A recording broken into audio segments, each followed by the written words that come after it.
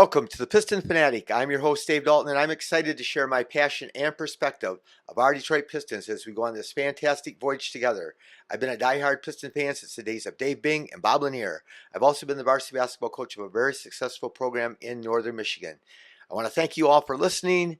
Please subscribe and like. Number 40, who would have thought? If somebody tells you they predicted the Pistons were going to win 40 games before this season started, they're lying. But our Pistons won their 40th game. It was a tough battle with the Pelicans, who we just annihilated not too long ago. But the final score was 136-130. We played without Cade and Hardaway, and obviously with Ivy, is still out. But Pelicans played without like their starters. But anyway, it was the Ron Holland, Marcus Sasser, and Jalen Duren show. But those three guys were incredible. We're going to talk about Tim Bontemps. He's on the Hoops Collective podcast. He works for ESPN covering the NBA. He's very knowledgeable, but he did a stupid thing. He did a thing, wrote an article for ESPN ranking the 11 teams that were rebuilding. He ranked our Pistons number 8. So we're going to get into that later. We're going to talk a little bit about Shaq the Fool, and what he said. And we're going to talk about the playoff race a little bit. But anyway, Ron Holland tied his career high, but he scored 26 points, and he only took 14 shots. The irony of it is he scored 26 points, and he was 5 for 11 from the line. He was 10 for 14 from the floor and only 5 for 11 from the line. But what makes it even crazier, going into the game, he was shooting 79% on free throws. So he's been a good free throw shooter. He missed those 2 that would have won a game way back in the beginning of the season. But yeah, he's shot well from the free throw line. Sasser, he hasn't got to play. He wouldn't have played if it weren't Hardaway and Cade being out. Cade was a late scratch. I hope he plays Tuesday. I'm going to the game Tuesday. But Sasser scored 20 points on 9 shots. He took 9 shots and scored 20 points. Duren, 22 points, only 11 shots. We're going to get into that. I want to apologize. I've been gone. I went to my granddaughter's tournament games. She played two games earlier a few weeks ago, and she made her 100th three-pointer in her season, and she shattered the Class A record, the top division record. But she's third in all divisions in threes made in a season. But anyway, they lost in the district finals, unfortunately. But I went to Florida to visit my brother, and him and his wife Lynn were very wonderful hosts for me. I had a really good time with my dog Baxter, and watched my brother hit a home run in senior softball. He's 66 years old, but he can still crank it. But anyway, I love doing this podcast, and I miss doing this podcast. But I wish I knew how to do a podcast from my phone. I know it can be done easily, but I'm just not smart enough to do it. So anyway, let's go into the Piston game, but first let's talk about Tim Bontemps' article. So he's on Hoop Collective podcast. They talked about it, but he wrote it. You can see it on ESPN if you get ESPN Plus. But he ranked the 11 rebuilding teams. All the other teams are like bad teams in the lottery, but he included the Pistons because they've been bad and they're rebuilding. But how in the heck? So obviously the Spurs he had ranked number 1. I have no problem with that. They have Wemby. They have the greatest player. Maybe if he stays healthy, he might end up being, he'll be for sure one of the top NBA players in the NBA in history, if not the best even. But and then they got some other good picks, and they have lots of extra draft picks going forward. So they got the guy that probably might be Rookie of the Year this year. So they have, and we're playing them Tuesday. Anyway, I don't have a problem with that. He rated the Hornets number 2 because they have LaMelo, and they agreed on the Hoop Collective podcast. Brian Windhorst said, he's not a fan of Melo anymore. He thought he was, but they agreed that he's not a smart player, that he's an immature player, and he takes bad shots and doesn't care about playing defense. And then they got Brandon Miller, who I love, but that's just 2 players. And they don't have anybody else. It's young, but so here's the thing. Here's the thing that you do have to know. He praised the Pistons. He said they are amazing. He said they've had this phenomenal year. Cade is awesome, he said. But he gives all these other teams the upper hand because they have a good chance of getting Cooper Flag. So whatever team gets Cooper Flag, so all these teams are going to go way down, except the team that gets Cooper Flag. So I know some other guys that cover the NBA draft, and they're really saying that there's only two surefire good players, Dylan Harper and Cooper Flag by far is the best. So, but we have our Cooper Flag. We have, if Cooper Flag gets to be as good as Cade Cunningham, and he could, it'll be amazing. But most teams have the hardest thing getting the guy. And we've got the guy. We all know that we have the guy. We have Cade Cunningham, and he's all NBA. Big Perk said he's first team All NBA. So everybody's been saying, he's second team All NBA. But it just kills me that Bontemps, who's smart, again, he's smart, but his logic is flawed dramatically. To say that those other teams that are also like the Wizards and those guys, they're terrible, and they are so far from us. We have Jalen Duren. What he's shown this year, what Sasser's shown this year, what Ivy's shown this year, what Ron Holland showed tonight. We got those guys that are young. None of those teams have any guys like that are that young, that are that good. And we have this team that's electric, and they're all young guys, and it's incredible. And how he can look at these other rosters, because none of the rosters are close to as good as ours. The Spurs, other than having Wemby, they're not near as good as us. But they do have more draft picks, more first round picks. We'll get our first pick next year, but we're probably not going to be getting any high picks. But his big thing was the Pistons probably are going to have a hard time getting the number 2 guy. So that's his big thing, that we won't, because those other teams are going to get have a shot at Cooper Flag. Well, then if they get Cooper Flag, then they'll have their guy. I guess you want to say LaMelo and Cooper Flag and Brandon Miller. That is a great threesome. That would be, but I still, you got to get a lot of other players, and we have a lot of other good players already that are young and just getting better and have great chemistry together and play tough defense. Not so much tonight, but anyway, it just was foolish on Tim Bontemps, in my opinion, to try to rate those other teams and say that they're better than us because we don't have. So we don't. Jaden Ivey might be the number 2 guy. My contention is you don't have to have. You look at the Pistons are the outliers. We didn't have. Isaiah was a Hall of Famer and Dumars is in the Hall of Fame, but they didn't score 20 points a game. And they, so we don't have those big guys. So they're saying that, and most teams do have a big guy that scores a ton, and then they got another guy that scores 20.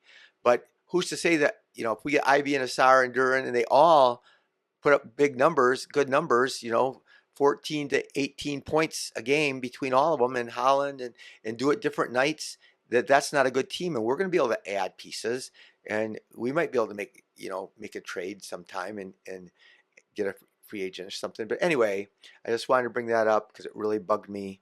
The Kia MVP standings, the Kia ladder, they got it. Shea's first, Joker second, Giannis is third, Tatum's fourth. Those 4 are locks, and those 4 are lock solid. Write their names. They're all NBA first team. Then they got Mitchell, who's struggled lately, and Cleveland is really good. They're the best team in the East, but they lost 3 in a row after winning a whole bunch in a row. Then he had Steph, the Kia ladder has Steph 6 and Cade Cunningham 7th.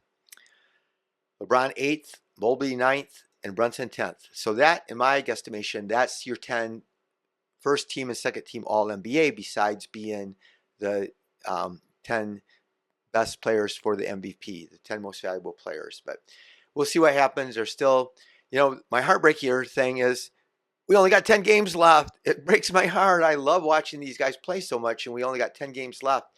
And, the Pacers are 41-29, and the Bucks are 40-30, and we're 40-32. So we're 3 games behind the Pacers. So the Pacers have won 3 of their last 5 games where they were trailing in the last 20 seconds. And they were getting beat by some team by a whole bunch right at the end. And they outscored them 14-3 in the last, I should remember what team it is, but they outscored them 14-3 in the last minute. And they eked out a game and made some last second shots. So they're being good and lucky. So it takes both. But yeah, and Holland tonight though, he was the first teenager since 1984 to score 25 points, 5 rebounds, 5 assists, and 0 turnovers. I don't know who the guy was; they didn't say, but that's pretty impressive. He's kind of a crazy guy, and he does crazy things. He gets into scraps with everybody all the time. But it's amazing that we obviously don't win this game. I've been advocating for him to play more minutes all year. He only plays 14 minutes, 15 minutes all year, and then tonight, they played him 36 minutes. But I don't, and I'm not saying that he should play 30 minutes every night or even 25 minutes every night, but he should play more than 15 minutes. And I think this having, I don't want Hardaway hurt, but this is going to give guys opportunities. Like I said, I'm not going to be doing a podcast Tuesday because I'm going to take my grandson and we're going to go watch the Spurs game. I bought these tickets so I could see Wemby play, and he's not going to be there. So that's unfortunate. I want you guys, please. I have some people, I really respect them, and they watch my podcast that's titled like "Who Has It Better Than Piston Fans?" I had one of my lowest viewerships of that podcast. So that one's timeless. You can go back and watch it. It doesn't have it. It explains why, Tim Bontemps. I wish you would watch why the Pistons are one of the best teams to be a fan of going forward for the near future and the long term future. So please go listen to that. It was I think came out like March 4th. So if you can look that up on YouTube, I'd really appreciate it, and give it some looks and tell some people about it. It's 40 some minutes. I really go in depth on the Piston players, but then I also cover every team in the NBA, and I highlight certain teams more that are really good teams or really bad teams to be a fan of. So anyway, please watch that. Yeah, the Pistons, the Hawks are 34 and 36. So they're the one team that could catch. They're the next team up that could catch us for 6th place. But that's when you only got 10 games left. It's really hard to make up. They're 6 games behind us in the win column. So that would be almost impossible to make up. So unless we lose every game and they win every game. So ironically, so this year, nobody wants to get in the playoffs. Last year, the 10th seed in the Eastern Conference playoffs picture for the play-in game were the Hawks. They won 36 games and got into the play-in game. And now this year, nobody wants to. I don't even know what it's going to take to get in the playoffs. So that really changed things a lot. But really curious thing for me tonight, though, was Sasser. He struggled lately. He's had a couple games that decent. I think last game he was pretty good, but he played 9 minutes tonight. He got in. He has to own it. He had 3 fouls like in the first 3 or 4 minutes, and he ended up with 4 fouls in 9 minutes. And so, but he was 5 for 6 from free throw line. But I just want him to play. You get 6 fouls, and I just think, even if he's not doing well, just give him a second, and he will be. But not that, we'll see. Anyway, so yeah, he didn't play much, and going forward, we're trying to win. We want to get the best record possible. We love to climb up to 5 or 4, but it doesn't look like it's going to be really challenging to do that. But it's not impossible. It hurt. We lost that game to the Wizards. So here's the thing. Tonight, the Pelicans were 20 for 40. They made 50%. They made 23s. And so that's how you can get beat by an inferior team. So the Wizards made 23s against us. So anytime if one team struggles, we didn't even struggle from the 3. We were 48% on 3s, but we made 13 and they made 23. So that's a big thing about the NBA, shooting the 3 ball. So go through a little bit more on the game. Tobias had a good solid game, 32 minutes, 7 for 8, but he's 0 for 4 on 3s. Again, people were saying that he was a knockdown 3-point shooter, but he hasn't been, and he hasn't shot, and he doesn't even really look to shoot the 3, but he had 3 rebounds, 4 assists, 14 points. He was -6. Duren, like I said, he was the man among the boys tonight. He had 29 minutes, 8 for 11, so he scored 22 points on 11 shots. And the really cool thing is Duren came out to the arena today warming up. He wore number 23. And there's been a special, they came out in the same draft, him and Jaden Ivey, and so they have a bond. But the whole team has such a close bond. But that was just showing Jaden, he's not forgetting him, that he's still an important part of our team.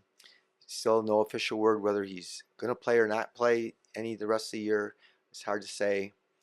Yeah, and then Beasley had a good game. He played 29 minutes, 4 for 11, 4 for 6 on threes, which is great. 1 for 1 on free throws. He made the technical shot. He had 4 rebounds, 2 assists, 13 points. Schroeder, and here's the thing, he plays good. Man, I hope if we're going to go anywhere in the playoffs, he's not going to be able to shoot threes like he's been. He was 1 for 5 tonight, and he's 7 for 8 on free throws. They fouled him a lot at the end of the game when the game was already over, and they tried to, foul to extend the game. But he was 7 for 8 on free throws, but he was 5 assists, 2 steals, 11 points. He played 34 minutes. Tech had that great game last game, and then tonight he played, or it was the game before last, not last game. But tonight he had a great game. He was 18 minutes only though, but he was 3 for 6 and 2 for 3 on threes, 2 assists, 2 rebounds and assists, 8 points. But yeah, Holland was the show, man.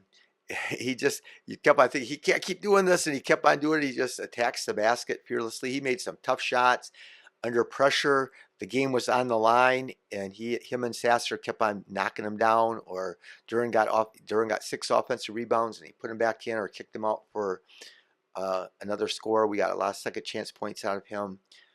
Stu played a good game. He played his regular, more than solid game, but he's overshadowed by those 2 young guys. But Stu was 19 minutes, 4 for 6, 1 for 1 on threes. It was nice to see him knock down a 3 rebounds. But he had 2 blocks. 2 blocks, and again, only 19 minutes. 2 blocks in 19 minutes is impressive. He had 9 points. Like I said, Sasser played 26 minutes, 6 for 9, 3 for 4, 5 for 5 on free throws, 20 points, and only 9 shots.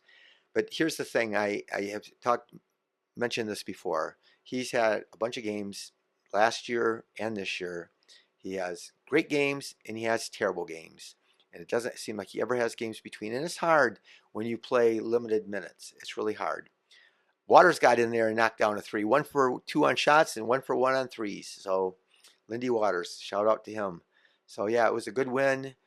Like I said, we play the Spurs. I won't be doing a podcast, but I hope you can watch that one again. It was called Who Has It Better Than Us? And it just goes over why it's better to be a Piston fan than, anybody. Say whatever team you want. And I suggested even I'd rather be a Piston fan than the Laker fan or the Grizzlies or any of these other teams. So thank you for listening. And again, I'm sorry. I love doing the podcast. I just got, I guess, the rest of my life to live. I'm almost 70. I'll be 70 in November. And I don't get to see my brother that often. I had a great time with him, but I do miss doing it. So thank you for listening. Tell another Piston fan about the podcast if you can, and go Pistons.